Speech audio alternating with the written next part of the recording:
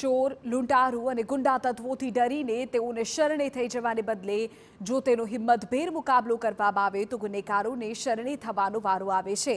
અને આવી જ ઘટના અમદાવાદના પ્રહલાદનગર વિસ્તારમાંથી સામે આવી.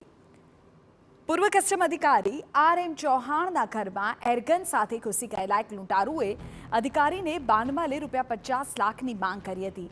પરંતુ RM ચૌહાણ અને તેઓના પરિવારજનોએ લૂંટારૂનો મુકાબલો કરી તેને ઝડપી પોલીસને હવાલે કર્યો હતો.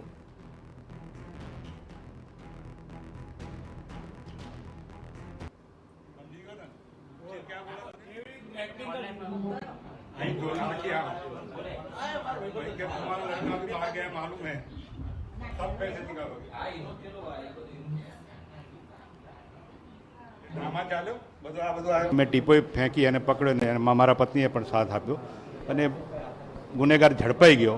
પણ એ પછી જ્યારે પોલીસ કમિશનર સાહેબ જેવા, કમિશનર સાહેબ મલિક સાહેબ જેવા જ્યારે આવી ઘટનાઓને બિરદાવે છે અને એક પ્રમાણપત્ર આપી, બહાદુરીનું પ્રમાણપત્ર આપે છે, ત્યારે સ્વાભાવિક છે કે અમારી જેવા આમ જનતાની છાતી ગદગદ ફૂલે ને જે પણ આ ન્યૂઝ જોશે એમને પણ થશે કે પોલીસનું કામ પોલીસ તો બહુ સારી રીતે કરે જ છે, પણ આપણે પણ જ્યાં ત્યાં મોકો મળે કે આપણને લાગે કે ના અહીંયા આપણે મદદ કરી શકીએ છીએ ત્યાં કરવી જોઈએ.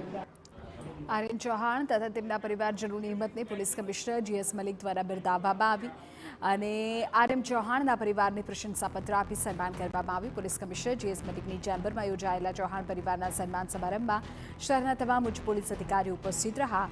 તો પોલીસ કમિશનર દ્વારા અમદાવાદવાસીઓને ગુનેગારોથી કોઈપણ પ્રકારનો ડર રાખ્યા વગર હિંમતભેર મુકાબલો કરવા આહવાન કરાયું.